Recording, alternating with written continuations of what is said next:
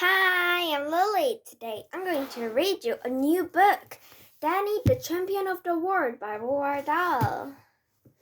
I read you this, The Witches by Dahl, but from now on I'm going to read you this, Danny, the Champion of the World. Okay, let's read it. From page 1 to page 6. I know 7. From page 1 to page 7. Okay, let's read it. The filling station. When I was 4 months old, my mother died suddenly, and my father was left to look after me all by himself. This is how I looked at the time. I had no brothers or sisters, so although my boyhood, from the age of 4 months onward, there was just us two, my father and me. We lived in an old Gatsby caravan behind a filling station my father owned a filling station and a caravan with a small meadow behind, but that was about all owned in the world. It was a beautiful small filling station on a small country road surrounded by fields and woody hills. While I was still a baby, my father watched me and fed me and changed my diapers and did all the millions of other things a mother normally does for a child. That is not an easy task for a man, especially when he has to learn his living at the same time by repairing automobile engines and serving customers with gasoline. But my father didn't seem to mind. I think that all the love he had felt for my mother when she was alive and had a moment of unhappiness or illness, and here I am on my 5th birthday. I was now a scruffy little boy, as you can see, with grease and all over me, but that was because I spent all day in the workshop helping my father with the automobiles. The filling station itself had only 2 pumps. There was a wooden shed behind the pumps that served as an office. There was nothing in the office except an old table and a cash register to put our money into. It was one of those where you pressed a button and a bell rang and the door shut out with a terrific bang. I used to love that. The square brick building to the right of the office was the workshop. My father built that himself with a loving care, and it was the only really solid thing on the place. "We're engineers, you and I," he used to say to me. "We earn our living by repairing engines, and we can't do good work in a rotten workshop." It was a fine workshed, big enough to take on one automobile comfortably and leave plenty of room around the sides for walking. It had a telephone so that customers could ring up an arrange to bring their cars in for repair. The cabin was our house and our home.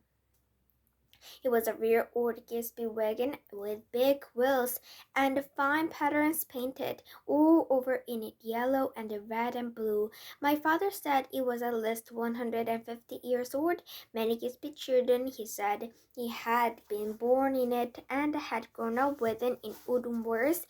With a horse to pull it, the old caravan must have wandered for thousands of miles along the roads and the lands of England, but now its wandering were over, and because the wooden spokes in the wheels were beginning to rot, my father had propped it up under death with bricks. There was only one room in the caravan, but it was much bigger than a fair-sized modern bathroom. It was a narrow room, the shape of the caravan itself, and against the back wall were 2 bunk beds, one above the other. Top one was my father's, the bottom one was mine. Although we had electric lights in the workshop, we were not allowed to have them in the caravan. The electricity people sat in was unsafe to put wires into something as old as rickety as that, so we got our heat and the lights much the time as the Yippies had done years ago.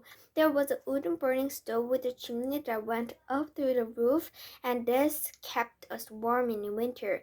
There was a kerosene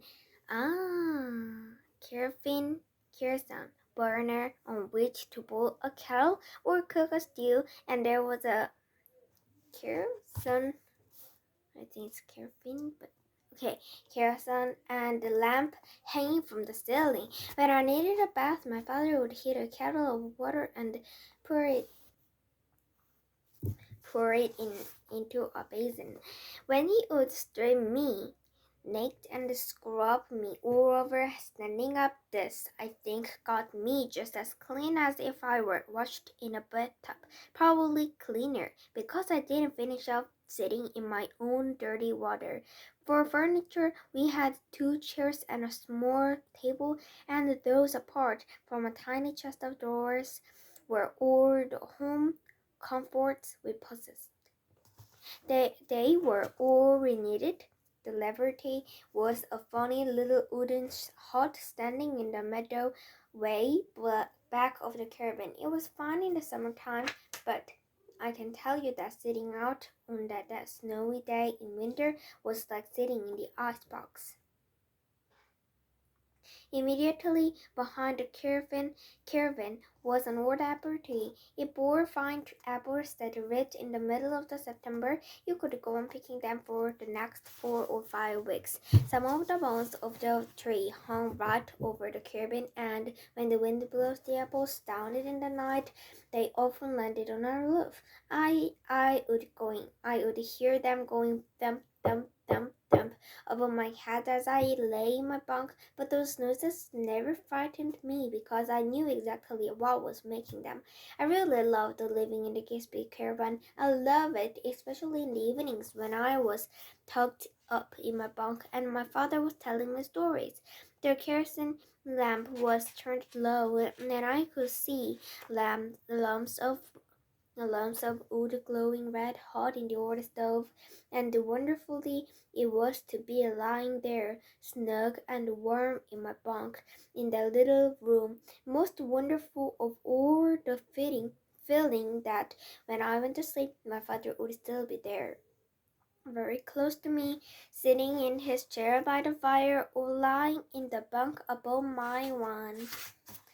Okay, today I read the story Word Out the Need the Champion of the World, chapter 1. Okay, tomorrow or the next time I'll read chapter 2. Bye! Bye!